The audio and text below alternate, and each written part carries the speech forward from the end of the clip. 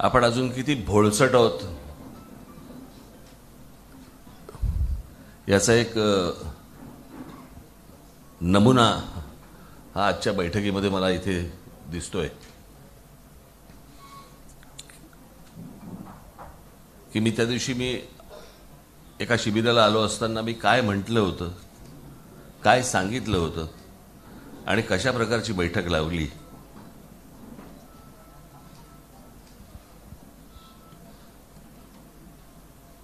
मला रायगड जिल्ह्यामधल्या पत्रकारांशी, फक्त पत्रकारांशी संवाद साधायचा होता.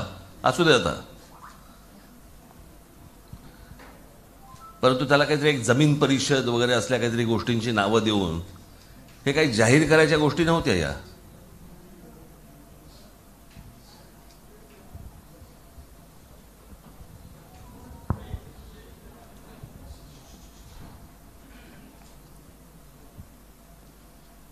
बाकीचे लोक कसे हुशारीने घुसतात कळलं का आपल्या राज्यामध्ये, याचा नीट विचार करा. आणि आपण किती बेसावतपणे, भोळसटपणे आपण वागतो आहोत, तुम्ही ह्याचा पहिला विचार करा.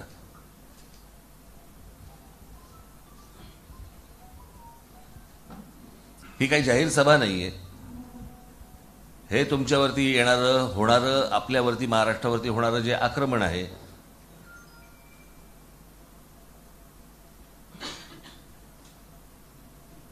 त्या सगळ्या गोष्टींच्या बद्दल म्हणून मला आपल्याशी चर्चा करायची होती, गप्पा मारायच्या होत्या, बोलायचं होतं.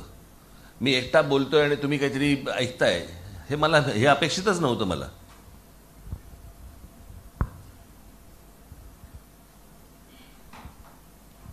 पण पत्रकार म्हणून मी त्या दिवशी जेव्हा माझ्याकडे काही एक मोजके पत्रकार आले होते, मी त्यावेळेला त्यांना सांगितलं होतं की आजही तुमच्यावरती, पत्रकारांवरती केवढा विश्वास आहे लोकांचा.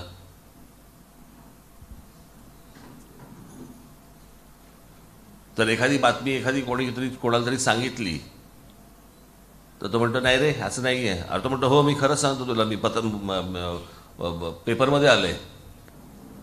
पेपरमध्ये आलंय याचा अर्थ ती ऑथेंटिक बातमी आहे, त्याच्यावर माझा विश्वास आहे, म्हणून मी ती तुम्हाला सांगतोय. म्हणून तुमच्यावरती किती मोठी जबाबदारी आहे पत्रकार म्हणून, आणि तुम्ही या रायगड जिल्ह्यामध्ये कोणती भूमिका निभावली पाहिजेत याच्यासाठी म्हणून मला आपल्याशी चर्चा करायची होती. परंतु मी आता जे समोर सगळे पत्रकार जे बघतोय, माझे बांधव भगिनी जे बघतोय, ते माझं बोलणं मोबाईलमध्ये रेकॉर्ड करण्यातच इतके मशगूल आहेत की मी विषय कोणता मांडणार आहे याच्याशी त्यांना परवाच नाहीये. की मी काय मांडतोय हे आता लगेच माझ्या चॅनलवरती किंवा छोट्याशा कुठच्या सबस्क्राईबवरती मी टाकून गेलं की माझा दिवस निघाला.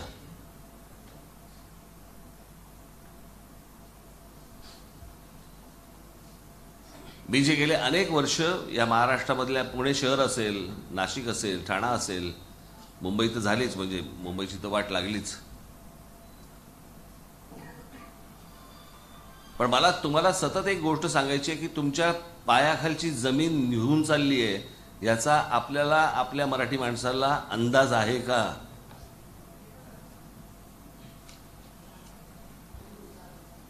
मी तुमच्याशी फार काय बोलायला आलेलो नाही. मी 10-15 मिनिटं, 20 मिनिटं तुमच्याशी बोलणार आहे.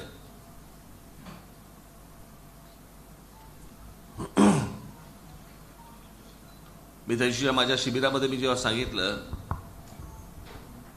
की ज्या ज्या वेळेला महाराष्ट्रामध्ये, खास करून महाराष्ट्रामध्ये, बाकीच्या राज्यांमधले त्यांचे नेते हे तयार असतात, अलर्ट असतात,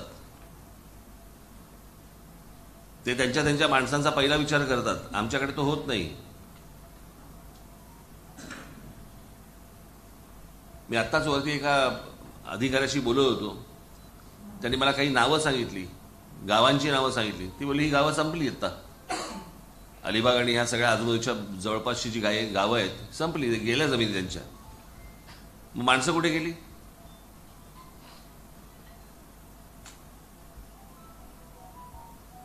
मी जे सतत सांगतोय, जर समजा तुमच्या पायाखाली जर जमीन नसेल, स्वतःच्या हक्काची जमीन नसेल, तर तुम्ही कुठलेही नागरिक नाही आहात.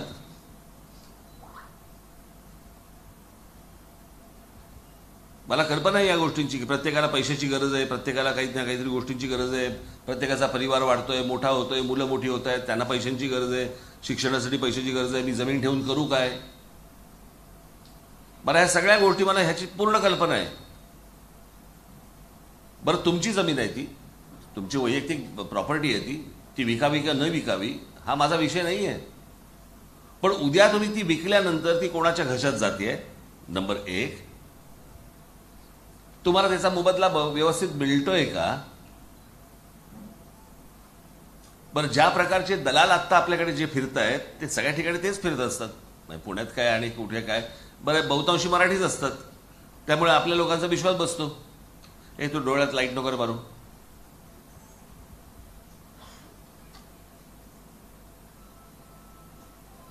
आणि मग हीच आपली माणसं उद्या समजा केंद्र सरकारचा, राज्य सरकारचा एखादा प्रोजेक्ट येतो, तुमच्याकडनं 1 रुपयामध्ये जमीन घेतली जाते आणि तोच मधला दलाल राज्य सरकारला, केंद्र सरकारला 1000 रुपयामध्ये विकतो. ते 1000 रुपये तुमचे आहेत ना, आपल्या भूमिपुत्राचे आहेत ना. मग ते हाताला न लागता तुमच्या ते पण पैसे तुम्हाला न मिळता तुम्ही जर देशोधडीला लागणार असाल तर या जमिनी हाताखालच्या काढून करायचं काय त्याचं?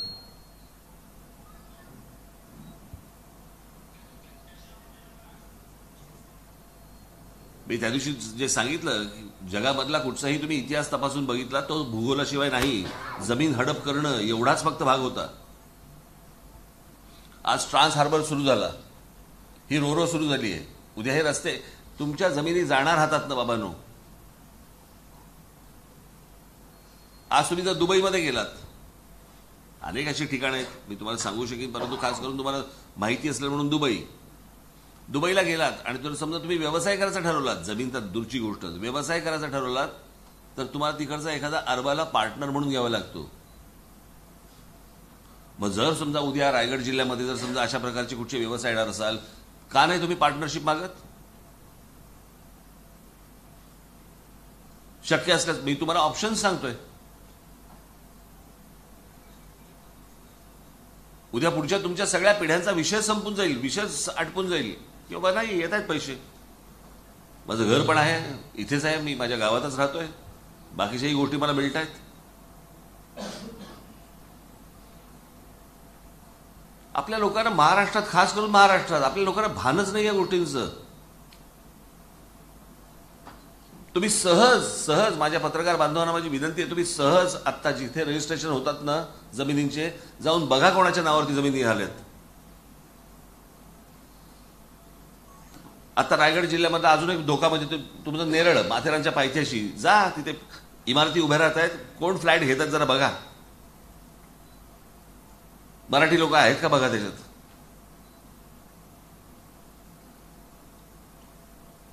हा सगळा कर्जत, खालापूर आणि हा सगळा पट्टा गेला, जातोय हातातनं.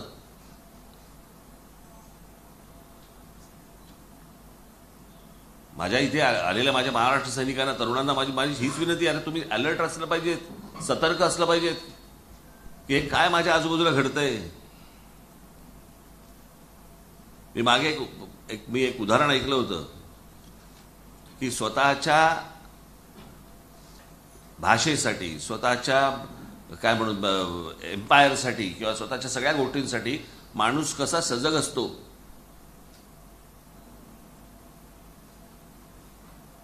म्हणजे तुम्हाला एक उदाहरण म्हणून मी फक्त तुम्हाला सांगतो की एकदा काय म्हणतो, त्यावेळेला जेव्हा सुरतेवरती जेव्हा स्वारी झाली महाराजांची, तेव्हा महाराज सुरतेच्या बाहेर होते आणि तिथून महाराज पत्र पाठवत होते, अनेक व्यापाऱ्यांना, अनेकांना पत्र पाठवत होते. त्यावेळेला तिकडे ईस्ट इंडिया कंपनी होती, तिची वखार होती, आणि त्या ईस्ट इंडिया कंपनीच्या वखारीचा जो प्रमुख होता त्याचं नाव होतं जॉर्ज ऑक्झेंडन. मी तुम्हाला जॉर्ज ऑक्झेंडन मुद्दा म्हणून तुम्हाला नाव सांगितलं. तुम्ही सगळ्यांनी जर शिवराज्याभिषेकाचा सोहळ्याचं जर चित्र पाहिलं असेल तर त्याच्यामध्ये जो इंग्रज अधिकारी महाराजांना मुजरा करतोय ना, तो हेनरी ऑक्झेंडन, त्याचा हा चुलत भाऊ. त्याच्या हाताखाली काही 400-500 माणसं होती. महाराजांची पत्र गेली, ज्यावेळेला व्यापाराला गेली त्यावेळेला ह्या ईस्ट इंडिया कंपनीला पण पत्र गेलं. त्याने पत्र पाठवलं की आम्हाला तुम्ही जे सांगताय ते आम्हाला मान्य नाही आहे, आम्ही ते काय करणार नाही. मग काही व्यापाऱ्यांनी पण तसंच सांगितलं. त्यावेळेला तिकडे औरंगजेबाचा जो वजीर होता, तिथला जो माणूस होता, त्याचं नाव होतं इनायत खान. त्या इनायत खानने त्याचे वकील पाठवला होता. तो महाराजांचा वकील जायचा, त्यांचा वकील यायचा. एके दिवशी त्यांचा वकील आला. खरं तर वकिलावरती हल्ला होत नसतो किंवा करायचा नसतो, पण तो जो वकील आला त्यांनी महाराजांवरती हल्ला केला, जीवघेणा हल्ला केला. आणि तो जेव्हा जीवघेणा हल्ला झाला त्याच्यानंतर महाराजांनी सर्व मावळे आपल्या आतमध्ये घुसले सुरतेमध्ये. त्याला हा इनायत खान तिकडच्या सुरतेच्या डोंगरावरती पळून गेला त्याच्या सगळ्या सैन्यासह, आणि सुरत अख्खी मोकळी पडली.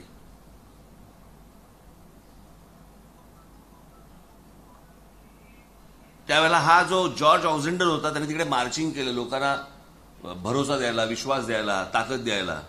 त्याचं काही झालं नाही पुढे. मग ती लूटबीट झाली, सगळं निघून झालं. त्याच्यानंतर ती वार्ता पोहोचली वरपर्यंत. आणि मग औरंगजेबाचा अजून एक खास माणूस होता महाबत खान म्हणून, त्याला इथे पाठवलं.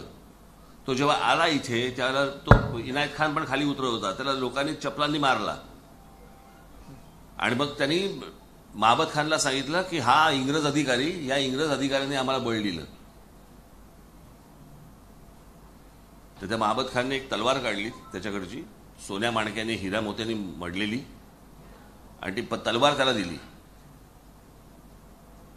तो बोला हे काय आहे? तो बोला नाही, तू म्हणे तू आमच्या माणसाने जे केलं नाही ते तू केलंस, म्हणून तुला ही भेट देतोय मी. तो बोला मला नको भेट. तो म्हणतो असं समज की आमच्या राजाने, बादशहाने तुला ही भेट पाठवलेली आहे, ही भेट घे तू. आता मी जे वाक्य सांगणार आहे ना तुम्हाला, ह्या सगळ्या कथेनंतरचे वाक्य आहे ना, की माझा देश, माझी भाषा, माझ्या सगळ्या गोष्टी, माझी जमीन, याच्यासाठी माणसं कशी प्रामाणिक असतात की ज्याच्यातनं साम्राज्य मोठं होतं. त्या जॉर्ज ऑक्झेंडरनी त्या महाबत खानला सांगितलं, तुमच्या बादशाला जर आम्हाला काही द्यायचं असेल तर ईस्ट इंडिया कंपनीला इथे व्यापार करण्यासाठी 50% सवलत द्या.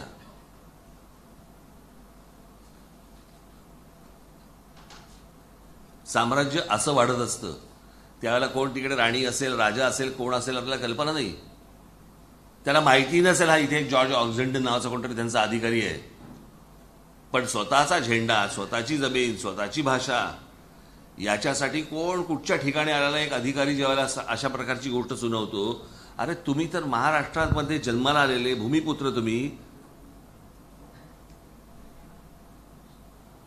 हा संपूर्ण हिंद प्रांत जर समजा आपण पाहिला तर या संपूर्ण प्रांतावरती अनेकांनी राज्य केली, मोगलांनी केली, ब्रिटिशांनी केली, सगळ्यांनी केली, पण इथे राज्य केलेला माणूस हा फक्त मराठा आहे, या महाराष्ट्राचा आहे.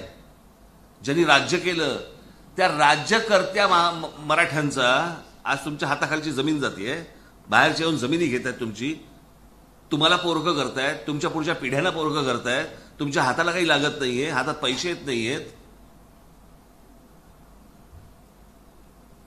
आणि हे फक्त रायगड जिल्ह्यापुरतं नाहीये. तुम्ही जा ठाणे जिल्ह्यात जा, पालघर जिल्ह्यात जा, रत्नागिरी जिल्ह्यात जा, सगळ्या ठिकाणी ह्या सगळ्या पोखरत आहेत. तुम्हाला जमीन भुसभुशीत असली ना तरच घुशी होतात, खडकामध्ये घुशी नाही होत.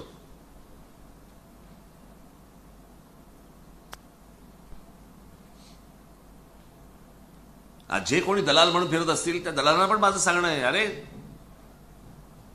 तुम्ही तुमच्या लोकांची काळजी घेतली पाहिजेत. मला कल्पना आहे अचानक तुमच्या समोर येतात. आज सगळ्यात मोठा बर्बाद झालेला एक म्हणजे गेली माणसं गेली, वाहून गेली. त्याचं उत्तम उदाहरण म्हणजे पुण्याजवळचा हिंजवडी. ज्यावेळेला मुंबई पुणे एक्सप्रेस हायवे झाला, जमिनीला भाव आला, लोक फेकत गेले, पैसे फेकत गेले बाहेरचे, उद्ध्वस्त झाला माणूस.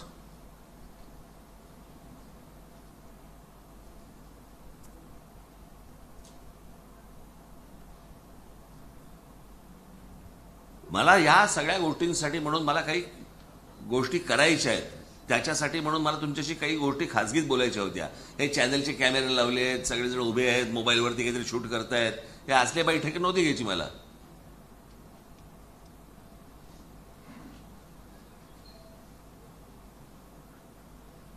ते जसे शांतपणे पोखरतायत मला असं वाटतं तितक्याच शांतपणे आपण ह्या गोष्टी वाचवल्या पाहिजेत.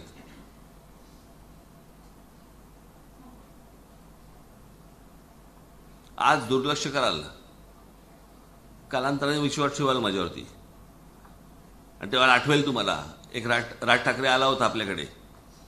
तो आपल्याला सांगून गेला होता, बोलून गेला होता, पण आपण लक्ष दिलं नाही. आपण घरकाना घाट करायलो, आपल्या हातात सगळं निघून गेलं. जे जे महाराष्ट्रामध्ये जे जे उत्तम आहे ते ते छिनण्याचा प्रयत्न आता चालू आहे सर्व बाजूनी.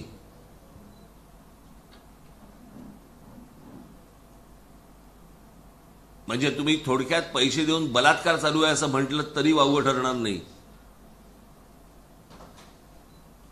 आणि याचं गांभीर्य मला असं वाटतं की तुम्हाला आलं पाहिजे. आणि आज सगळ्यांना, म्हणून मी मगाशी मी जे बोलायला सुरुवात केली की सगळ्यात महत्वाचा विश्वास कोणावरती आहे तर तुमच्यावरती आहे. पत्रकार म्हणून तुमच्यावरती आहे. तुम्ही या गोष्टी समजवल्या पाहिजेत, तुम्ही या गोष्टी सांगितल्या पाहिजेत, तुम्ही याचं प्रबोधन केलं पाहिजेत. आज ज्या ज्या गावामध्ये ज्या ज्या तालुक्यामध्ये तुम्ही आहात तिकडचे जे तरुण आहेत त्या तरुणांबरोबर तुम्ही बोललं पाहिजेत. तिकडचे जमिनीचे व्यवहार करणारी जी माणसं आहेत त्यांच्यावर तुम्ही बोललं पाहिजेत. इथे जर उद्योग निर्माण होणार असतील तर ते तुमचे पाहिजेत. दुसरे येणार उद्योग थाटणार आणि तिकडे नोकऱ्या कसल्या करताय.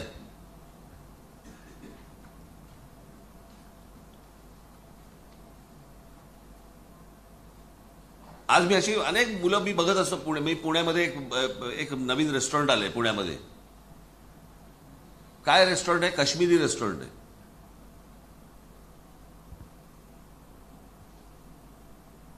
रेस्टॉरंट काश्मीरी आहे. त्याचे जे जेवण बनवणारे शेफ आहेत ते काश्मीरी आहेत. मालक कोण आहेत? 2 जळगावची मुलं आहेत, मराठी मुलं आहेत. करतात मुलं. मला असं वाटतं अशा प्रकारे जर समजा उद्या रायगड जिल्हा उभा राहणार असेल, मला आवडेल. ते तुमच्याकडे येत आहेत ना, मग ते येत असतील तुमच्याकडे तर ते तुमच्या टर्म्सवरती पूर्ण झालं पाहिजे, त्यांच्या टर्म्सवरती नाही. आणि ह्याचा पहिला परिणाम, तुम्ही आज जा पनवेलला जा, काय पनवेलची हालत झाली बघा एकदा. कोण येते, कोण जाते, कोण राहते, कोण इमारतीमध्ये काय आहे. भाषा बदलली. उद्या आपली अलिबागची सगळ्या आजूबाजूच्या सगळ्या प्रदेशाची भाषा बदलायला लागणार, मराठी राहणार नाही. तुम्ही हळूहळू हिंदीत बोलायला लागणार.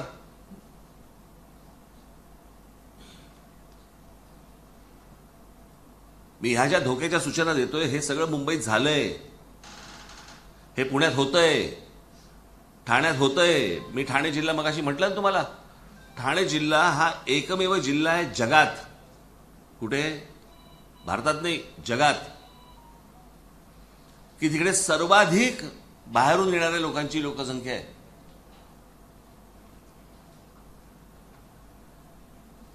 महाराष्ट्रामध्ये जे काही जिल्हे आहेत त्यातला एक ठाणे हा जिल्हा आहे ना. जसा रायगड जिल्हा आहे तसा ठाणे हा जिल्हा आहे ना. रायगड जिल्ह्यामध्ये महानगरपालिका किती आहेत? महानगरपालिका एक. ठाणे जिल्ह्यात 7 महानगरपालिका आहेत. तिथल्या लोकांनी लोकसंख्या वाढवली. बाहेरून जे बदा जे लोक रोजच्या रोज येत आहेत याच्यातनं लोकसंख्या त्या शहरांची वाढत वाढत त्या नगरपालिकांच्या महानगरपालिका झाल्या जातात. 7 महानगरपालिका असलेला एक तरी जिल्हा तुम्हाला भारतात तरी आहे का हो?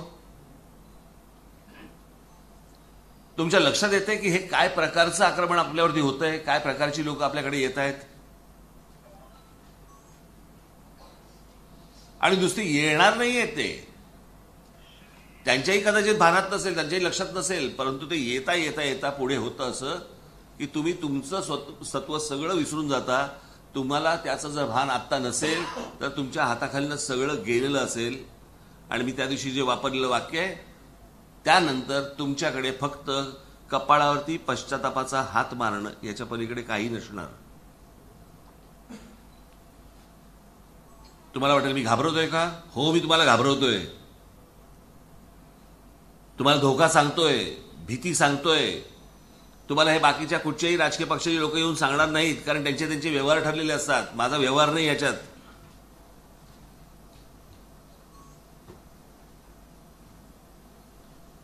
रायगड जिल्ह्यामध्ये येऊन समजा एखादी कोणी मराठी उद्योजक जो उभे राहत असतील, उभे करा, पण स्वतःच्या पायावरती धोंडा पाडून घेऊ नका. अजूनही हाताबाहेर परिस्थिती गेलेली नाही, पण ती पुढच्या 4-5 वर्षातच जाईल. फार वेळ लागणार नाहीये त्याला. म्हणून मी तुम्हाला सांगायला आलोय, डोळे उघडे ठेवा, कान उघडे ठेवा, तोंड बंद ठेवा, आणि जे म्हणून तुम्हाला रायगडसाठी जे जिल्ह्यासाठी जे करता येईल, महाराष्ट्रासाठी जे करता येईल, त्या गोष्टी तुम्ही अत्यंत सावधपणे, चलाखीने या गोष्टी तुम्ही केल्या पाहिजेत. तेवढ्यासाठीच मला आज तुम्हाला येऊन मला भेटायचं होतं. या उपर माझी तुम्हाला सर्वांना विनंती आहे की जर मी तुम्हाला एक माझे हे कुठे आहेत, कोणाकडे एक नंबर द्या ना, एक कुठचा नंबर द्या ना. याच्या व्यतिरिक्त जर समजा तुम्हाला माझ्याशी काही पर्सनली बोलायचं असेल, आपण कृपया आपलं नाव आणि काय जो विषय असेल तो फक्त मला सांगावा. मी आपल्याशी संपर्क करेन. ठीक आहे? आपल्याला काही बोलायचं आहे माझ्याशी?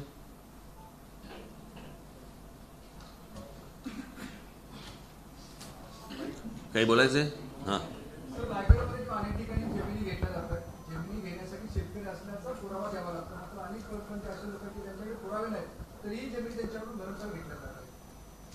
मग तुम्हीच बघा ना. तुम्ही प्रश्न विचारताय का मला उत्तर सांगताय? मी हेच तर तुम्हाला सांगतो. हेच सगळे धोके आहेत ना. तुम्हाला गंमत सांगतो. आता एक काश्मीरमध्ये 370 कलम रद्द केलं. आता ते किती केलंय, किती नाही केलंय, कोण तिकडे जाते का नाही जाते का, हा वेगळाच प्रश्न आहे अजून. बरं का? 370 कलम म्हणजे काय? तिकडे जाऊन तुम्ही जमीन विकत घेऊ शकत नाही. बरोबर ना? हो की नाही? हिमाचल प्रदेशमध्ये जाऊन घेऊन दाखवा मला.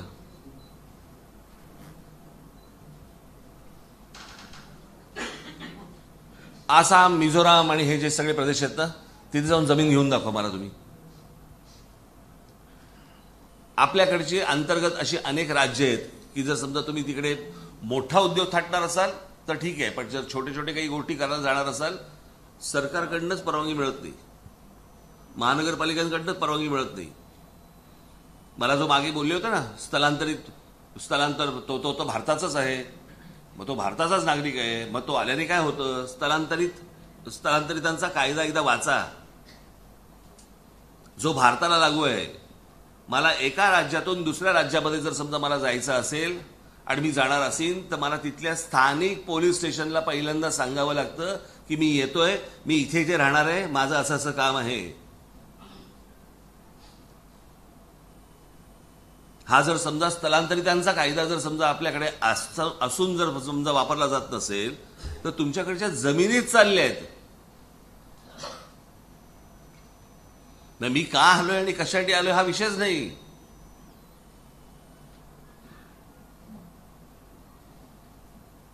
आणि एकदा शेवटचं सांगतो, तुमची हक्काची पायाखालची जमीन एकदा का गेली ना, ती परत येणार नाही. बोला.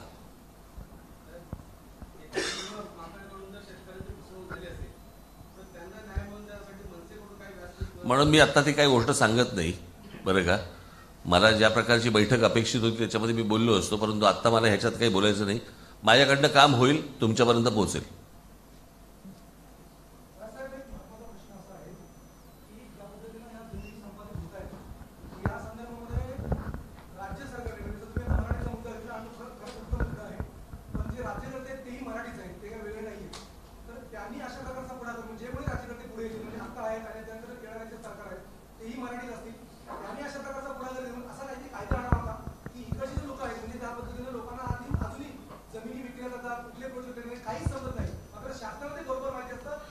अहो, याचं कारण त्यांचेच पैसे आहेत.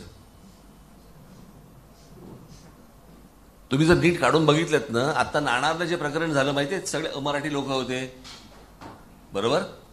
आपल्याला कळलं कोणतरी गुजराती आहेत, कोणतरी मारवाडी आहेत, कोणतरी गायत्री आहेत. नंतर कळलं की ते फक्त फ्रंट आहेत.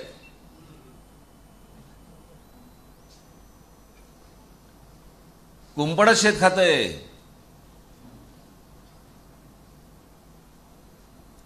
म्हणून त्यांना सांगण्यात काय अर्थ नाही, म्हणून मी तुमच्याकडे आलो.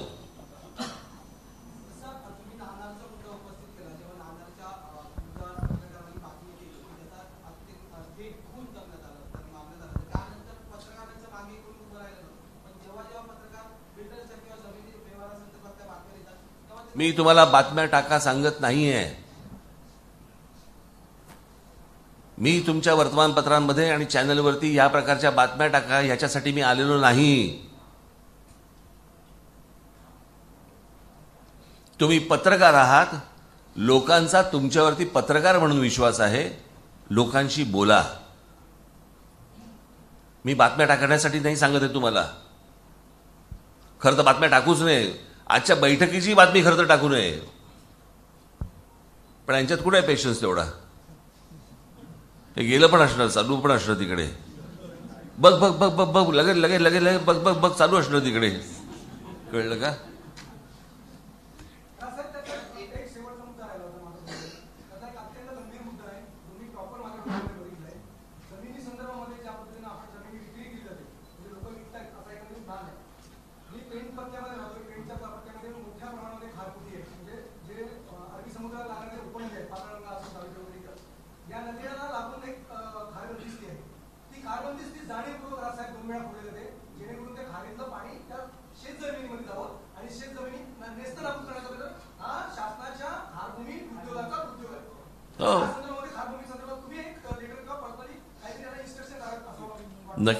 नक्की करतो.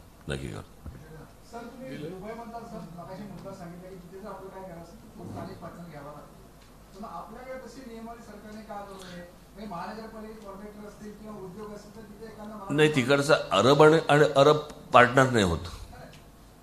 आपल्याकडे परब आणि परब नाही होऊ शकत.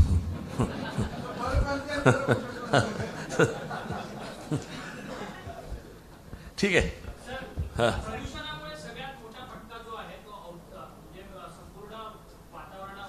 मी आता जेवढं सांगितलं तेवढं करा रे.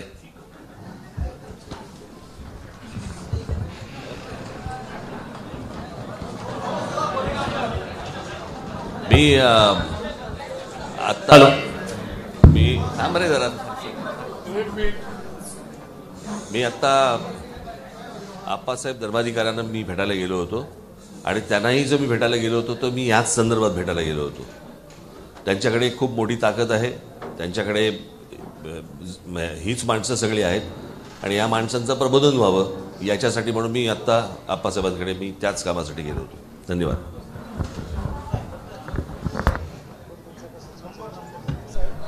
हॅलो साहेब, फक्त एक विनंती होती की मराठी उद्योजक आहेत आणि आपले नवशक्तीचे पत्रकार आहेत, तर त्यांच्याकडून एक तुम्हाला गिफ्ट दिलं जाते, छोटीशी भेट दिली जाते, त्याचा आपण स्वीकार करावा. विस क्लिनिंग पेण यांच्या माध्यमातून आणि नवशक्तीचे पत्रकार श्री अरविंद गुरव यांच्या माध्यमातून सन्मान्य राजसाहेब ठाकरे यांना एक शुभेच्छा दिली जाते. धन्यवाद. त्याचप्रमाणे महाराष्ट्र नवनिर्माण सेना रायगड जिल्ह्यातील सर्व महिला पदाधिकारी यांच्या माध्यमातून देखील आज मकर संक्रांत आहे, त्या निमित्तानं आणि साहेबांचं स्वागत करत असताना या ठिकाणी एक छोटीशी भेटवस्तू आणि स्वागत साहेबांचं या ठिकाणी केलं जात आहे. आज या ठिकाणी महाराष्ट्र नवनिर्माण सेनेच्या माध्यमातून आयोजित या परिषदेमध्ये सर्व पत्रकार बंधू भगिनी संपूर्ण रायगड जिल्ह्याचं प्रतिनिधित्व करत या ठिकाणी 15 तालुक्यातून उपस्थित झाले. मी सर्व पत्रकार बंधू भगिनींचं